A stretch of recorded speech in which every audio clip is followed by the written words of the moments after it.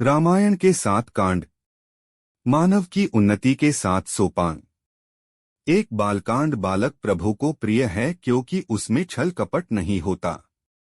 विद्या, धन एवं प्रतिष्ठा बढ़ने पर भी जो अपना हृदय निर्दोष निर्विकारी बनाए रखता है उसी को भगवान प्राप्त होते हैं। बालक जैसा निर्दोष निर्विकारी दृष्टि रखने पर ही राम के स्वरूप को पहचान सकते हैं। जीवन में सरलता का आगमन संयम एवं ब्रह्मचर्य से होता है। बालक की भांति अपने मान अपमान को भूलने से जीवन में सरलता आती है।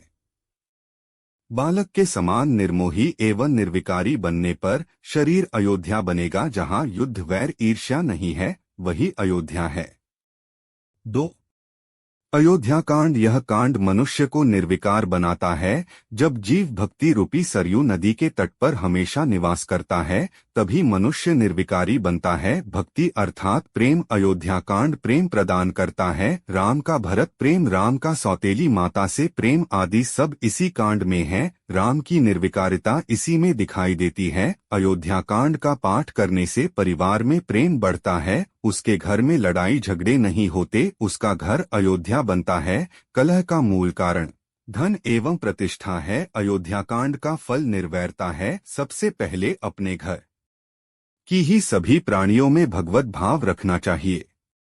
3 अरण्यकांड। यह निर्वासन प्रदान करता है। इसका मनन करने से वासना नष्ट होगी। बिना अरण्यवास जंगल के जीवन में दिव्यता नहीं आती। रामचंद्र राजा होकर भी सीता के साथ वनवास किया। वनवास मनुष्य हृदय को कोमल बनाता है। तप द्वारा ही कामरूपी रावण का वध होगा। इसमें सुपर्णखा मोह एवं शबरी भक्ति दोनों ही है। भगवान राम संदेश देते हैं कि मोह को त्याग कर भक्ति को अपनाओ।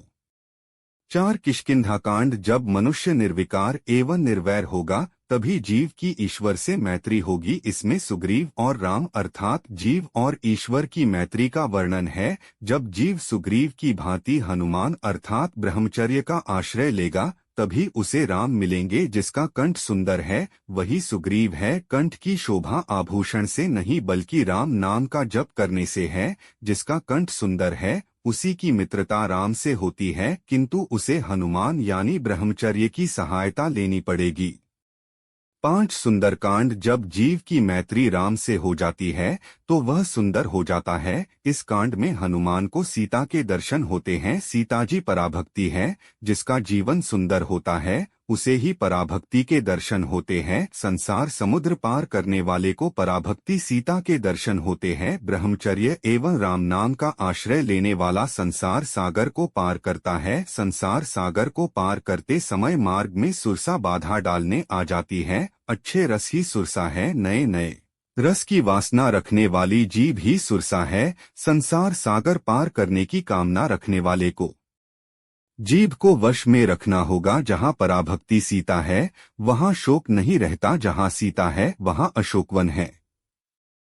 6 लंकाकांड। जीवन भक्तिपूर्ण होने पर राक्षसों का संहार होता है। काम क्रोधादि ही राक्षस है जो इन्हें मार सकता है। वही काल को भी मार सकता है। जिसे काम मारता है उसे काल भी मारता है। लंका शब्द के अक्षरों को इधर उधर करने पर होगा कालं। काल सभी को मारता है किंतु हनुमान जी काल को भी मार देते हैं क्योंकि वे ब्रह्मचर्य का पालन करते हैं, पराभक्ति का दर्शन करते हैं।